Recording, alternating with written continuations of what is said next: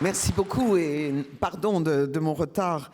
Qui plus est, nous sommes au cœur de la session des Nations Unies sur les droits des femmes.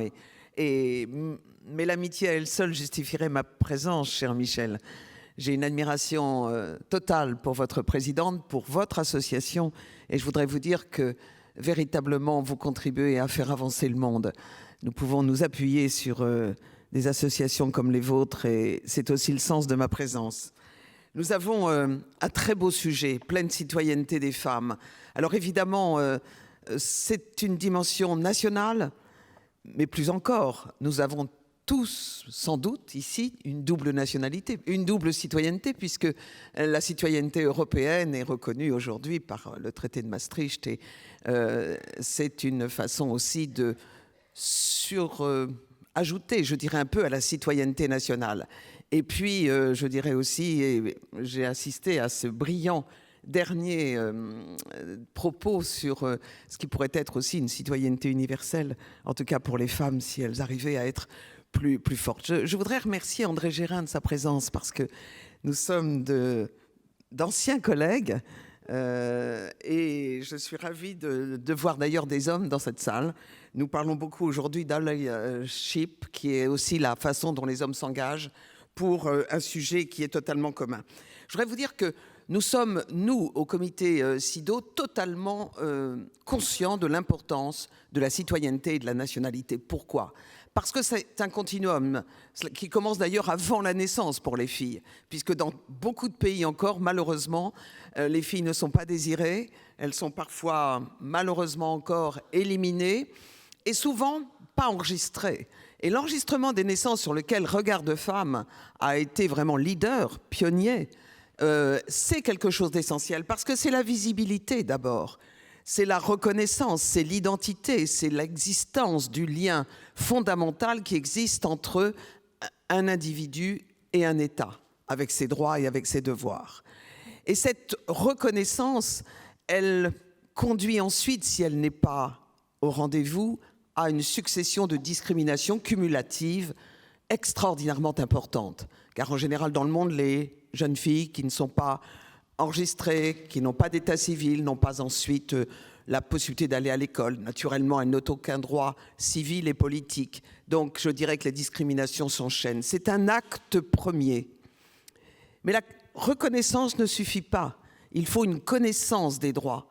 Et l'un des aspects très importants de la citoyenneté, c'est de faire connaître les droits, de faire en sorte qu'il y ait une conscience au-delà de l'identité, de ce que l'on est. Et encore une fois, des droits et des devoirs que l'on a.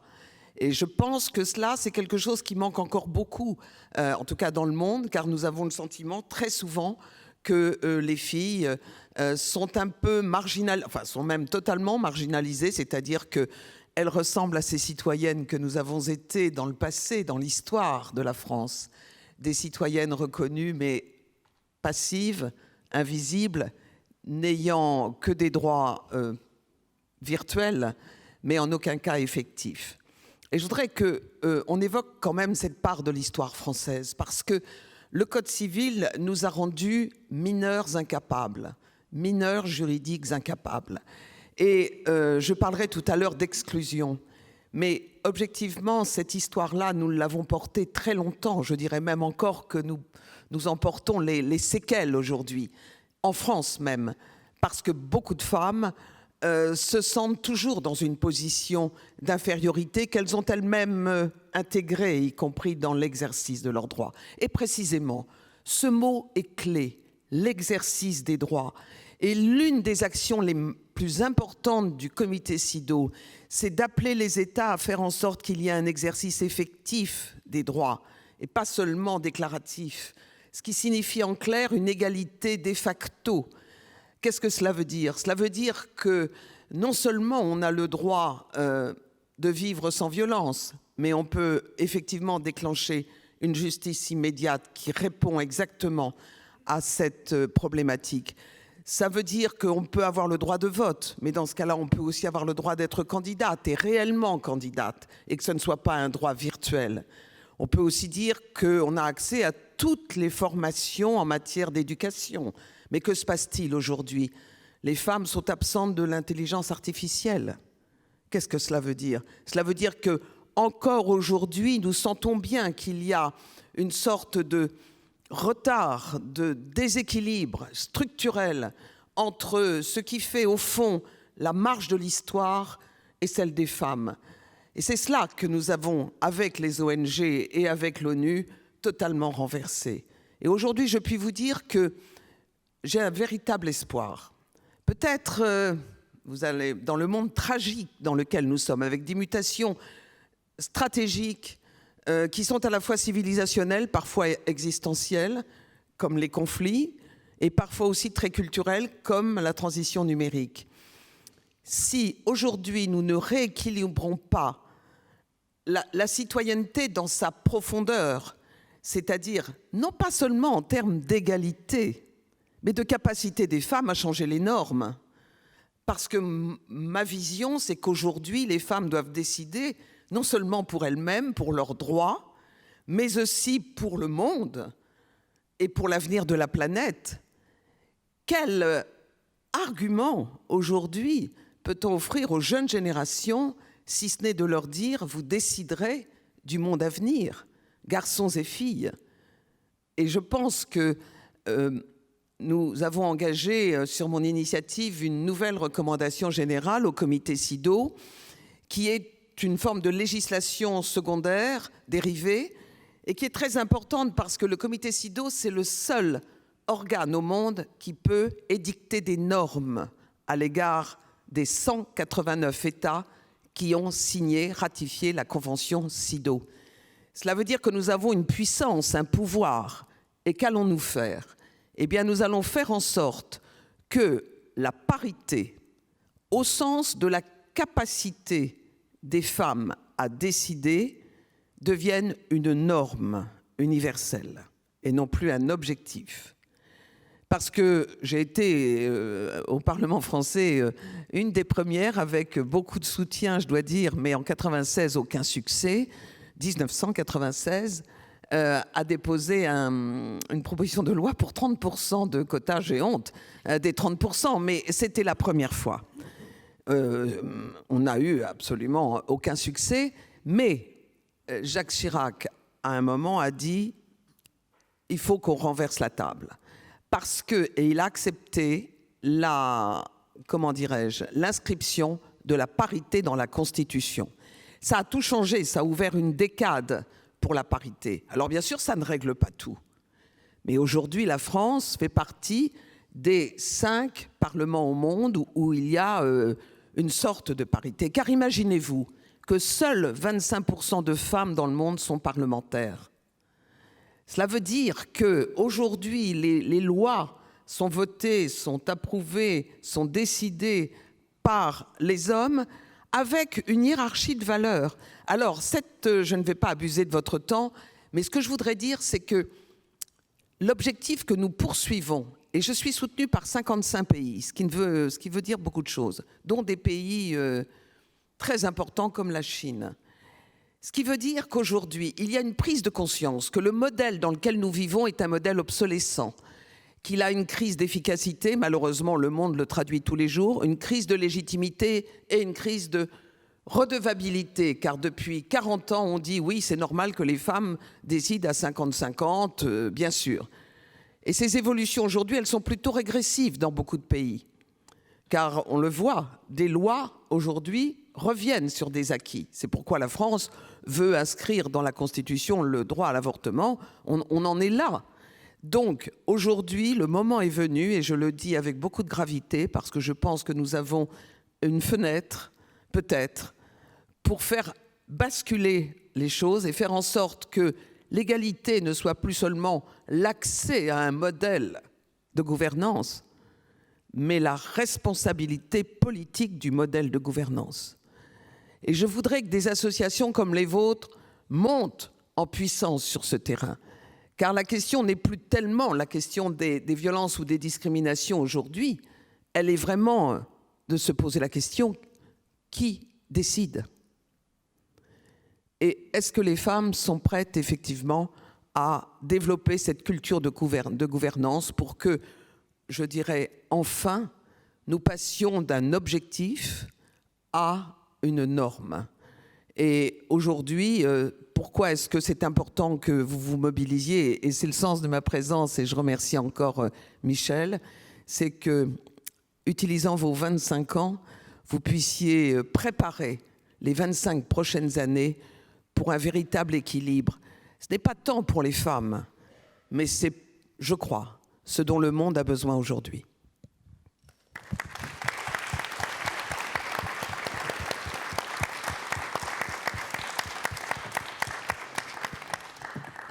Alors que l'on s'engage dans ces discussions, il y aura bien évidemment une bonne partie de ces échanges qui sera consacrée aux questions du public.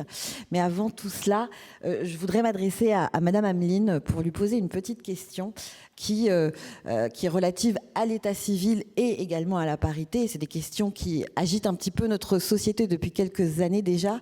L'état civil aujourd'hui, c'est aussi quelque chose qui bouge selon de nouvelles normes. Le sexe, le genre, et la parité également est, ses frontières, ses limites sont aujourd'hui un petit peu brouillées par cette nouvelle distinction. On peut voir dans certains pays anglo-saxons, sur des listes notamment, des partis qui présentent des personnes qui se présentent comme étant des femmes trans, qu'on considère comme étant des hommes transidentifiés, et également dans le sport, etc. J'ai vu qu'il y avait une petite polémique au sein de l'ONU aussi au sujet de cette reconnaissance genre et sexe. Est-ce que vous pouvez nous en dire un petit peu plus ? Alors, il n'y a pas de norme universelle à ce stade, du tout. Et il n'y a pas de droit universel. Donc, il y a des expériences qui sont menées par un certain nombre de pays. Nous sommes, c'est ce que nous appelons country specific, c'est-à-dire que nous avons des normes. Par exemple, la parité va devenir une norme, je dis bien parité, c'est-à-dire 50-50, universelle. Sur ce type de réflexion, nous interrogeons les pays. Par exemple, nous avons eu l'Allemagne récemment et l'Espagne. L'Espagne permet l'identification, le self-identification d'enfants. J'étais rapporteur à ce moment-là et je leur ai dit, est-ce que vous considérez le consentement éclairé de l'enfant? Est-ce que vous considérez que cela va dans l'intérêt de l'enfant? Est-ce que vous considérez que c'est conforme à, je dirais par exemple, l'âge du mariage qui est de 18 ans et que nous avons imposé dans le monde entier. Et là, nous parlions d'un enfant de 12 ans et la ministre m'a répondu, oui, l'Espagne considère que vous parlez de protection, nous parlons de liberté pour l'enfant. Bon. Dont acte. Nous n'avons pas du tout établi une réponse à ce niveau, puisqu'encore une fois, ça n'est pas aujourd'hui du tout une norme internationale.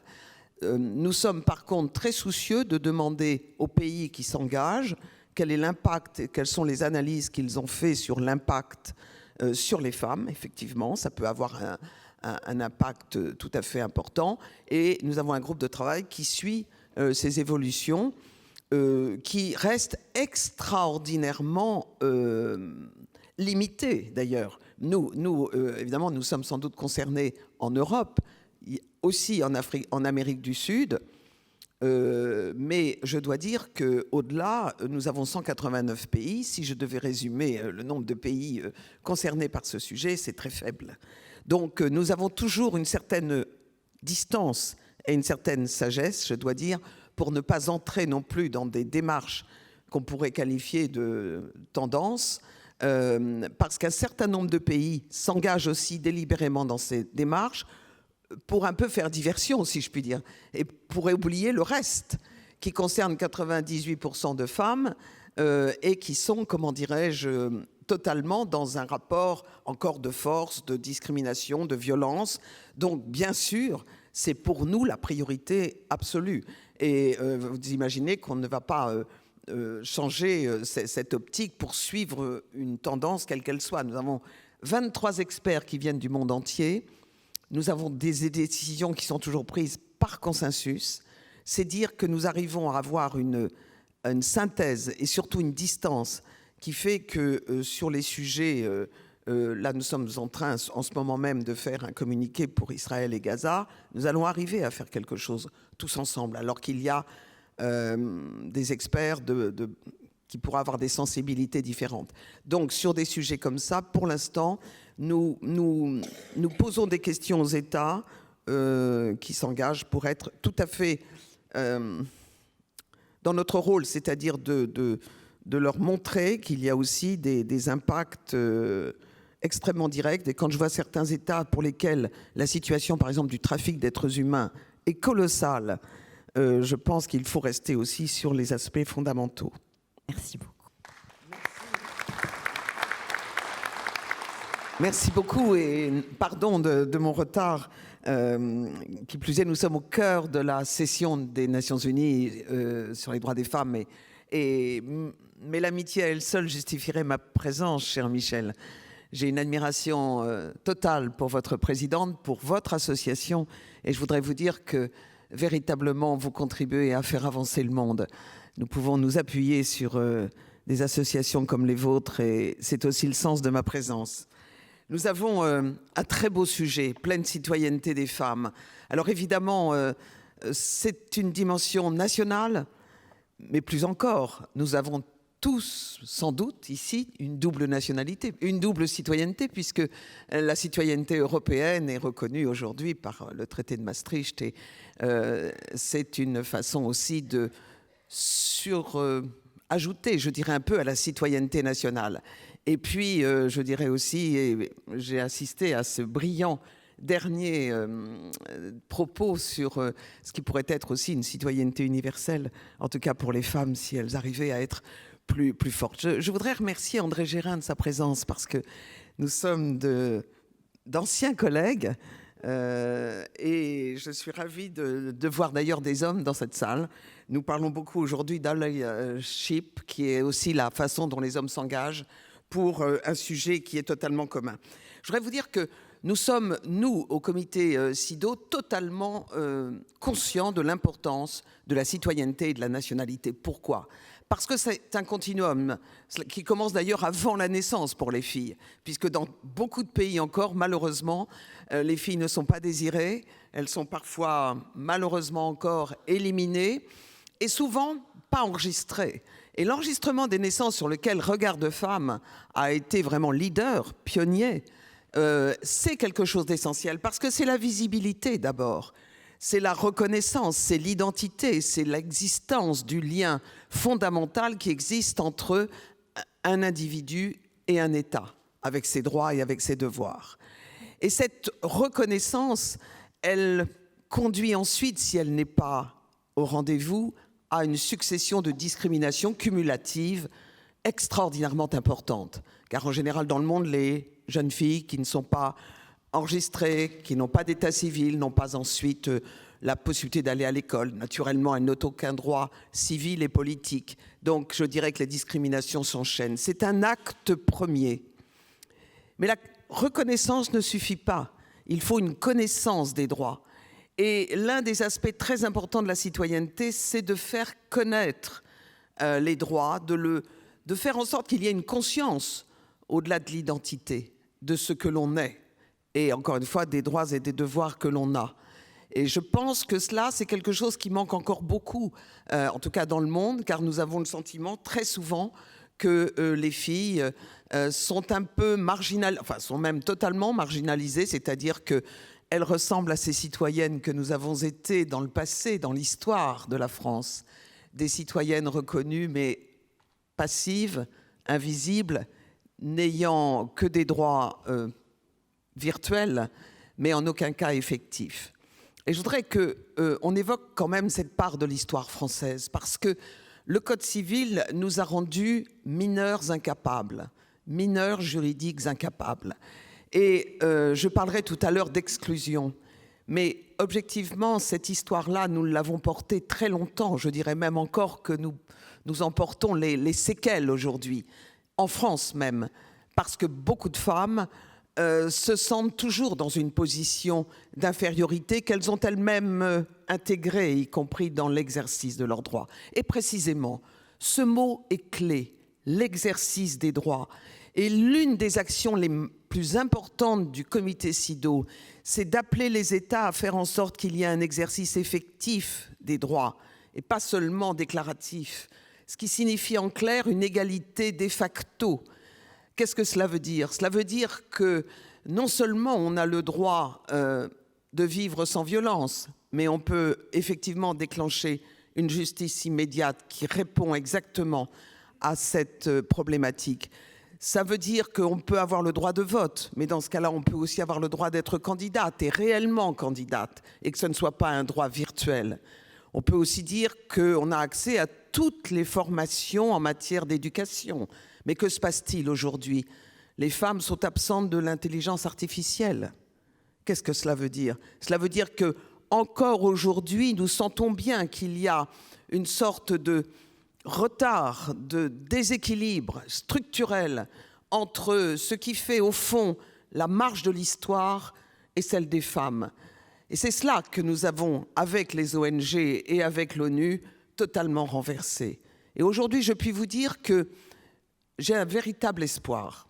Peut-être, vous allez dans le monde tragique dans lequel nous sommes, avec des mutations stratégiques qui sont à la fois civilisationnelles, parfois existentielles, comme les conflits, et parfois aussi très culturelles, comme la transition numérique. Si aujourd'hui nous ne rééquilibrons pas la citoyenneté dans sa profondeur, c'est-à-dire non pas seulement en termes d'égalité, mais de capacité des femmes à changer les normes. Parce que ma vision, c'est qu'aujourd'hui, les femmes doivent décider, non seulement pour elles-mêmes, pour leurs droits, mais aussi pour le monde et pour l'avenir de la planète. Quel argument, aujourd'hui, peut-on offrir aux jeunes générations, si ce n'est de leur dire, vous déciderez du monde à venir, garçons et filles? Et je pense que nous avons engagé, sur mon initiative, une nouvelle recommandation générale au comité CIDO, qui est une forme de législation secondaire dérivée, et qui est très importante parce que le comité CIDO, c'est le seul organe au monde qui peut édicter des normes à l'égard des 189 États qui ont signé, ratifié la convention CIDO. Cela veut dire que nous avons une puissance, un pouvoir. Et qu'allons-nous faire? Eh bien, nous allons faire en sorte que la parité, au sens de la capacité des femmes à décider, devienne une norme universelle et non plus un objectif. Parce que j'ai été au Parlement français une des premières, avec beaucoup de soutien, je dois dire, mais en 96, aucun succès, 1996, a déposé une proposition de loi pour 30% de quotas, j'ai honte, des 30%, mais c'était la première fois. On n'a eu absolument aucun succès, mais Jacques Chirac, à un moment, a dit « il faut qu'on renverse la table ».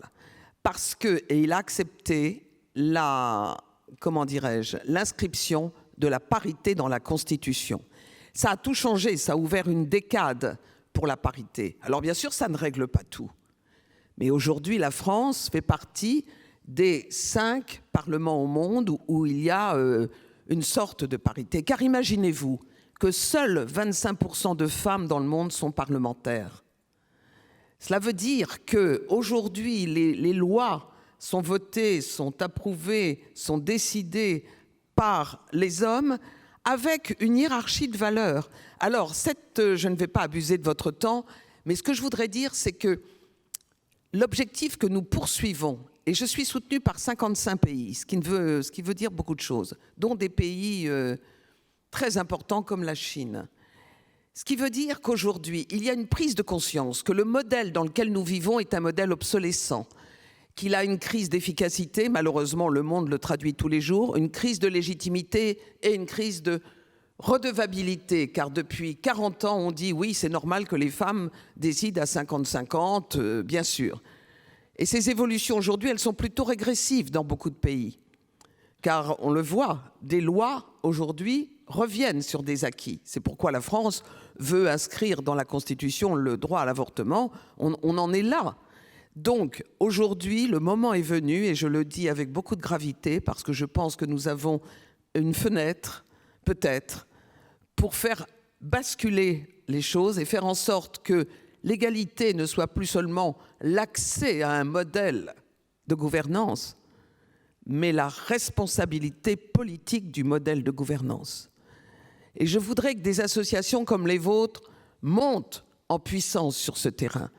Car la question n'est plus tellement la question des violences ou des discriminations aujourd'hui, elle est vraiment de se poser la question, qui décide ? Et est-ce que les femmes sont prêtes effectivement à développer cette culture de gouvernance pour que, je dirais, enfin, nous passions d'un objectif à une norme.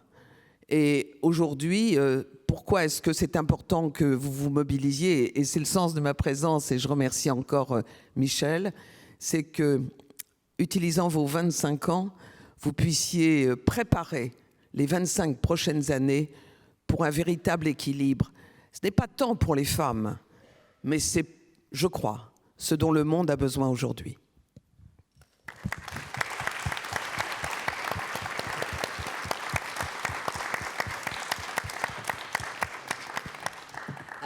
Alors que l'on s'engage dans ces discussions, il y aura bien évidemment une bonne partie de ces échanges qui sera consacrée aux questions du public.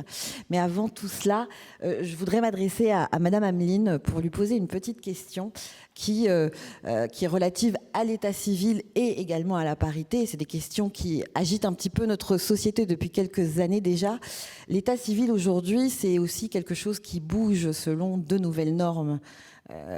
Le sexe, le genre, et la parité également est, ses frontières, ses limites sont aujourd'hui un petit peu brouillées par cette nouvelle distinction. On peut voir dans certains pays anglo-saxons, sur des listes notamment, des partis qui présentent des personnes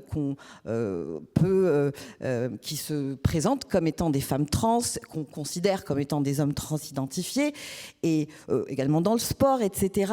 J'ai vu qu'il y avait une petite polémique au sein de l'ONU aussi au sujet de cette reconnaissance genre et sexe. Est-ce que vous pouvez nous en dire un petit peu plus ? Alors, il n'y a pas de norme universelle à ce stade, du tout.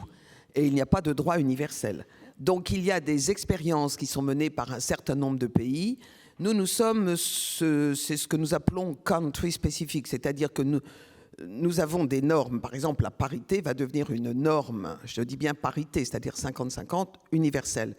Sur ce type de réflexion, nous interrogeons les pays. Par exemple, nous avons eu l'Allemagne récemment et l'Espagne. L'Espagne permet l'identification, le self-identification d'enfants. J'étais rapporteur à ce moment-là et je leur ai dit, est-ce que vous considérez le consentement éclairé de l'enfant? Est-ce que vous considérez que cela va dans l'intérêt de l'enfant?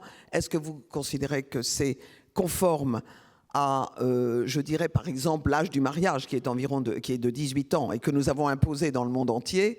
Et là, nous parlions d'un enfant de 12 ans et la ministre m'a répondu, oui, l'Espagne considère que vous parlez de protection, nous parlons de liberté pour l'enfant. Bon. Dont acte. Nous n'avons pas du tout établi une réponse à ce niveau, puisqu'encore une fois, ça n'est pas aujourd'hui du tout une norme internationale. Nous sommes par contre très soucieux de demander aux pays qui s'engagent quel est l'impact et quelles sont les analyses qu'ils ont fait sur l'impact sur les femmes. Effectivement, ça peut avoir un impact tout à fait important. Et nous avons un groupe de travail qui suit ces évolutions, qui restent extraordinairement limitées d'ailleurs. Nous évidemment, nous sommes sans doute concernés en Europe, aussi en Amérique du Sud, mais je dois dire qu'au-delà, nous avons 189 pays. Si je devais résumer le nombre de pays concernés par ce sujet, c'est très faible. Donc nous avons toujours une certaine distance et une certaine sagesse, je dois dire, pour ne pas entrer non plus dans des démarches qu'on pourrait qualifier de tendance, parce qu'un certain nombre de pays s'engagent aussi délibérément dans ces démarches pour un peu faire diversion, si je puis dire, et pour oublier le reste, qui concerne 98% de femmes et qui sont, comment dirais-je, totalement dans un rapport encore de force, de discrimination, de violence. Donc, bien sûr, c'est pour nous la priorité absolue. Et vous imaginez qu'on ne va pas changer cette optique pour suivre une tendance quelle qu'elle soit. Nous avons 23 experts qui viennent du monde entier. Nous avons des décisions qui sont toujours prises par consensus. C'est dire que nous arrivons à avoir une synthèse et surtout une distance qui fait que sur les sujets, là nous sommes en train en ce moment même de faire un communiqué pour Israël et Gaza, nous allons arriver à faire quelque chose tous ensemble, alors qu'il y a des experts qui pourraient avoir des sensibilités différentes. Donc sur des sujets comme ça, pour l'instant, nous posons des questions aux États qui s'engagent pour être tout à fait dans notre rôle, c'est-à-dire de leur montrer qu'il y a aussi des impacts extrêmement directs. Et quand je vois certains États pour lesquels la situation, par exemple, du trafic d'êtres humains est colossale, je pense qu'il faut rester aussi sur les aspects fondamentaux. Merci beaucoup.